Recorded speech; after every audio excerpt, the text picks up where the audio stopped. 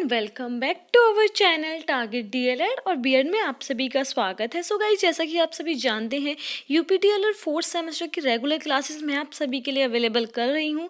सो ये है आप सभी की इंग्लिश की क्लास जिसमें हमारी ग्रामर चल रही है। देखिए, ग्रामर का कुछ ही पोर्शन रह गया है, इसके बाद सिर्फ टेंसेज रह गए हैं, उन्हें समझा दूंगी अच्छे से।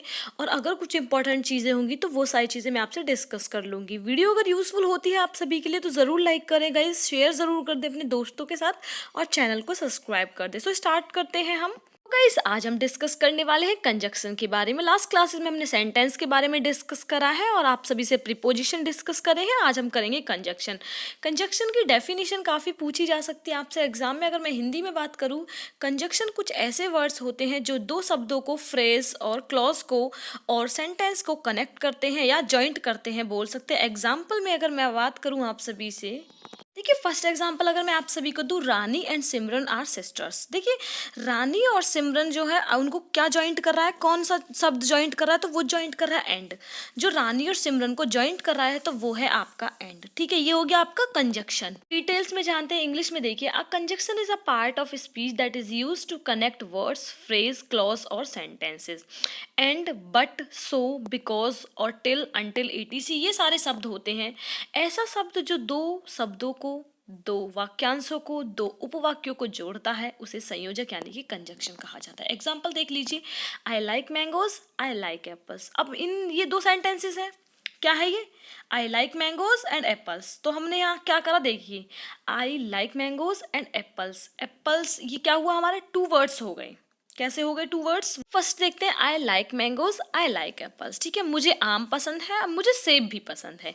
तो यहाँ सबसे पहले देखिए, आई जो है वो हमारा सब्जेक्ट है। दोनों तरफ क्या है, आई आई है, तो वो हमारे सब्जेक्ट है और सब्जेक्ट को क्या पसंद है, मैंगो और एप्पल। तो इस एप्पल को हम किस तरह से एक साथ एप्पल और मैंगो को लिख सकते हैं, तो आई लाइक मैंगोज, तो मैंने क्या करा, I like mangoes and apples, two words को ज्वाइंट कर दिया। किसने करा, तो हमने यहाँ पर ऐसा कौन सा वर्ड यूज करा है जो शब्दों को जोड़ रहा है, तो वो हमने यूज करा है एंड। तो एंड हमारा क्या हुआ, वो हुआ हमारा कंजक्शन। ये हो गए दो वर्ड्स क्योंकि मैंगोज और एप्पल्स हैं। ठीक है, देखते हैं आपका second example. She studies in the library, she studied at cafe. देखिए, वह पुस्तकालय में पढ़ती है, वह कैफे में भी पढ़ती है। ठीक है, टू फ्रेजेस हैं। ठीक है, इन्हें जॉइंट करने के लिए और का यूज कर रखा है हमने। क्या कर रखा है, और का यूज। देखिए, सी स्टडी इन द लाइब्रेरी और एट अ कैफे, तो हमने क्या यूज करा है इनको जॉइंट करने के लिए, हमने यूज करा है यहाँ पर और का। और यूज करा है हमने इस सेंटेंस को। फर्स्ट वाले एग्जांपल में हमने उन्हें टू वर्ड्स का नाम दिया था, इसमें हमने दिया है टू फ्रेज का नाम। तो आप लोग सोच रहे होंगे टू फ्रेज क्यों कह रहे हैं। देखिए, टू फ्रेज ने हमने इसलिए बोला है, ना तो इसमें कोई सब्जेक्ट है ना ही इसमें वर्ब है। और जो आपका दोनों सब्जेक्ट हैं और वर्ब हैं, आपके दोनों साइड में फ्रेज है लेकिन दोनों में ना सब्जेक्ट है ना वर्ब है, तो हमने जॉइंट किससे करा, इसलिए हमें इन्हें और जो कनेक्टिंग वर्ड है, कंजक्शन है, ये टू फ्रेजेस को जॉइंट कर रहा है। वो क्या है, हमारा और है। ठीक है, थर्ड एग्जांपल देख लेते हैं आपका। देखिए, she likes dog, her family does not likes dog. उसे कुत्ते पसंद है, उसके परिवार को कुत्ते पसंद नहीं है। अगर हम इन दोनों सेंटेंस को एक साथ जॉइंट कर दे, कैसे जॉइंट कर दे वो देख लेते हैं। एग्जाम्पल में हमारे जो सब्जेक्ट थे वो सेम थे, दोनों में आई आई था, लेकिन इनमें क्या है, शी और हर। ठीक है, तो हमने क्या करा, she likes dog but her family does not likes dog. उसे कुत्ते पसंद है लेकिन उसके परिवार को कुत्ते पसंद नहीं है, तो हमने यहाँ लेकिन का यूज किया, तो ये हमारा क्या हुआ, टू क्लॉज हुआ। यहाँ हमने बट का यूज कर लिखा क्योंकि हमारे दोनों सेंटेंसेस हैं वो बिल्कुल अपोजिट है। कैसे, देखिए, उसे कुत्ते पसंद है लेकिन उसके परिवार को कुत्ते पसंद नहीं है। इस सेंटेंस में हमने दो सेंटेंसों को ज्वाइन किया है, दो क्लॉजेस को ज्वाइंट किया है, दो क्लॉज जिनमें सब्जेक्ट भी हो और वर्ब भी होते हैं। ठीक है, यहाँ तक आप सभी को अगर कोई भी इश्यू है तो आप लोग एक बार कमेंट बॉक्स में कमेंट कर सकते हैं। ठीक है, यहाँ तक आपका सारा क्लियर हो गया। अब चलते हैं आगे। तो गाइस, अब बात करेंगे फ्रेज और क्लॉजेस क्या होते हैं। देखिए, सबसे पहले आपको हर चीज़ के बारे में पता होना चाहिए। फ्रेज होते क्या है, देखिए, ये वर्ड्स का ग्रुप होता है जिसमें ना सब्जेक्ट होता है ना ही वर्ब होता है। ठीक है, इंग्लिश में अगर बात करूँ, it is a group of a word and does not have a subject and a verb. जैसे कि एग्जांपल में इन द टाउन, ये एक फ्रेज है जिसमें ना तो सब्जेक्ट है और ना ही वर्ब है।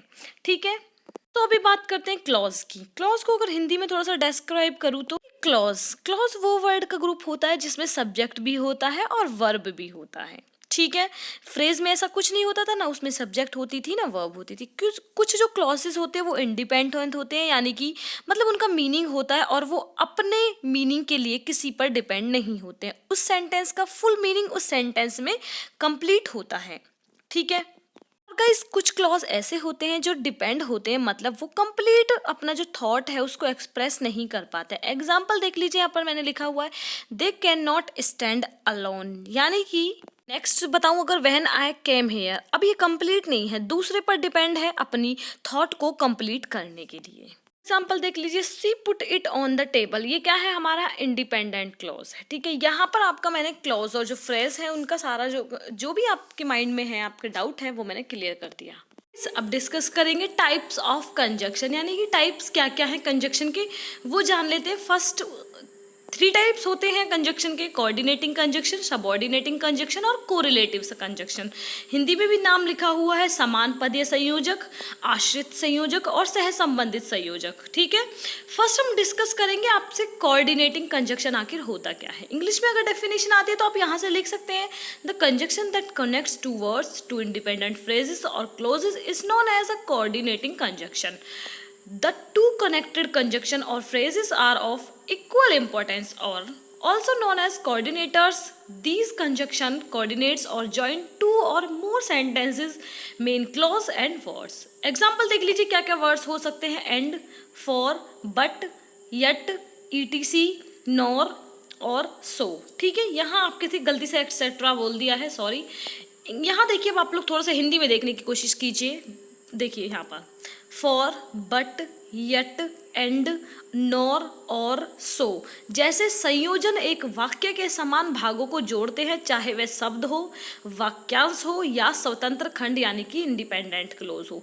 ये सारे वर्ड्स आप याद कर लीजिए, यही वर्ड्स हैं जो आपके एक इंडिपेंडेंट क्लोज के सारे सेंटेंसेस को जोड़ेंगे, चाहे वो शब्द हो या फिर आपके सेंटेंस यानी कि वाक्यांश हो। हाँ लोग एग्जाम्पल देखे, he was late for school so he took a shortcut. तो हमने यहाँ यूज क्या किया है, सो को यूज किया है किसके लिए, आपके कोऑर्डिनेटिंग कंजक्शन के लिए। देखिए कोऑर्डिनेटिंग कंजक्शन होते क्या क्या है, आपको अगर ट्रिक से याद करना है तो यहाँ पर देख लीजिए, फैन बॉयज है, इसको देख लीजिए, एफ से फॉर, ए से एंड, एन से नॉर, बी से बट, ओ से और, वाई से यट और एस से सो। देखिए फॉर को हम क्या यूज करते हैं, इसलिए के लिए, एंड का अतिरिक्त जानकारी के लिए, नॉर का दोनों में से कोई नहीं के लिए, बट विपरीत के लिए, और का चुनाव के लिए, और यट का भी हम लोग विपरीत के लिए ही यूज करते, सो का परिमाण स्वरूप के लिए। ये तो थे आपकी सारी डिटेल्स की आपको जो ट्रिक से याद करना है। कोऑर्डिनेटिंग कंजक्शन में इतना ही है, थोड़ा और डिटेल्स में देख लूंगी। थोड़ा सा आपको मैंने काफ़ी वीडियोस देखी हैं आपकी डीएलएड की, जिसमें ऐसा कुछ समझाया नहीं गया आपको कोऑर्डिनेटिंग कंजक्शन के। Punctuation rules for coordinating conjunction, यानी कि पंचुएशन रूल्स क्या होते हैं कोऑर्डिनेटिंग कंजक्शन के। रूल नंबर 1 है फॉर जॉइनिंग 2 वर्ड्स और फ्रेज, ठीक है, नो कोमा। एग्जाम्पल देखिए, रिया एंड माही आर सिस्टर्स। ठीक है, यहाँ हमने कुछ यूज नहीं करा है, क्या ना कॉमा का यूज करा है, किसी भी का यूज नहीं करा है। My book is in the cupboard और ऑन द सेल्फ। ठीक है, ये सारी चीज़ें आप समझ गए। फॉर ज्वाइनिंग 2 वर्ड्स और फ्रेज नो कॉमा, यानी कि आपको 2 वर्ड्स जब जोड़ रहे हैं, जैसे कि रिया और माही को आप जोड़ रहे हैं, तो वहाँ आपको कॉमा का यूज़ नहीं करना। अब बात करते हैं सेकंड रूल की। देखिए रूल क्या है, for discussing more than 2 items. ठीक है, जहाँ आप 2 आइटम्स यानी कि 2 सेंटेंसेस को डिस्कस कर रहे हैं, आइटम 1, आइटम 2, आइटम 3 एंड और आइटम 4, यानी कि आप जब सेंटेंस एक को यूज़ करेंगे कॉमा लगा दीजिए, सेकंड में भी, थर्ड में भी। देखिए एग्जाम्पल देखिए, please bringing banana, Apple, mangoes and grapes for my friend. तो देखिए हमने यहाँ पर फ्रेज, देखिए यहाँ पर देखिए, फर्स्ट में हमने यूज़ करा है कॉमा, सेकंड में कॉमा यूज़ करा है, थर्ड में कॉमा यूज़ करा है, और एंड के बाद हमने कोई कॉमा यूज़ नहीं करा है। रूल नंबर 3 देख लीजिए, इंडिपेंडेंट क्लॉज होगा प्लस कॉमा होगा प्लस कोऑर्डिनेटिंग कंजक्शन होगा प्लस इंडिपेंडेंट क्लॉज। एग्जाम देखिए, एग्जाम्पल से बात करूँ, अगर we can go to the market, हमने यूज़ कर लिया कॉमा, ये है हमारा इंडिपेंडेंट क्लॉज। और ठीक है, we can study at home, तो यहाँ हमने क्या यूज़ करा है, कॉमा का यूज़ एक ही बार करा है। ये सारी चीज़ें आप सभी को समझ में आ गई। कोऑर्डिनेटिंग कंजक्शन का यूज़ कर लिया है और हमारा इंडिपेंडेंट क्लॉज भी हो गया है। तो एक और एग्जाम्पल देख लेते हैं, she studied hard but she could not get first position. तो यहाँ पर देख लीजिए, शी स्टडी हार्ड, यहाँ पर इंडिपेंडेंट क्लोज है, यहाँ पर हमने कॉमा का यूज़ करा है, कोऑर्डिनेटिंग कंजक्शन हमने बट का यूज़ करा है, इसके बाद हमने कोई भी कॉमा कोई भी मार्क यूज़ नहीं करा है। ये थे आपके कोऑर्डिनेटिंग कंजक्शन के रूल्स। कोऑर्डिनेटिंग कंजक्शन में सिर्फ इतना ही। अब डिस्कस करते हैं आपका second subordinating conjunction. Now we will discuss about subordinating conjunction. Conjunction का सेकंड टाइप डिस्कस करते हैं। देखिए, वो कंजक्शन जो एक क्लॉज को दूसरों के साथ ज्वाइन करता है जिस पर वो अपना फुल मीनिंग को कन्वे करने के लिए डिपेंड होता है। The conjunction that join a clause to another one which it depends for its full meaning is called subordinating conjunction. ठीक है, हिंदी में अगर डेफिनेशन याद नहीं होते तो इंग्लिश में कर लीजिए, इंग्लिश में याद नहीं होते तो हिंदी में समझ लीजिए। Subordinating conjunction are classified according to their meaning. देखिए, आपके जो सबऑर्डिनेटिंग कंजक्शन है वो अपने मीनिंग के अकॉर्डिंग हमने क्लासीफाई किए हुए हैं। The most common subordinating conjunction categories कितनी है? 6 कैटेगरीज होती है। नंबर 1 होता है time, concession, comparison, condition, reason और प्लेस। फर्स्ट देखिए, टाइम के अकॉर्डिंग क्या क्या चेंज होगा।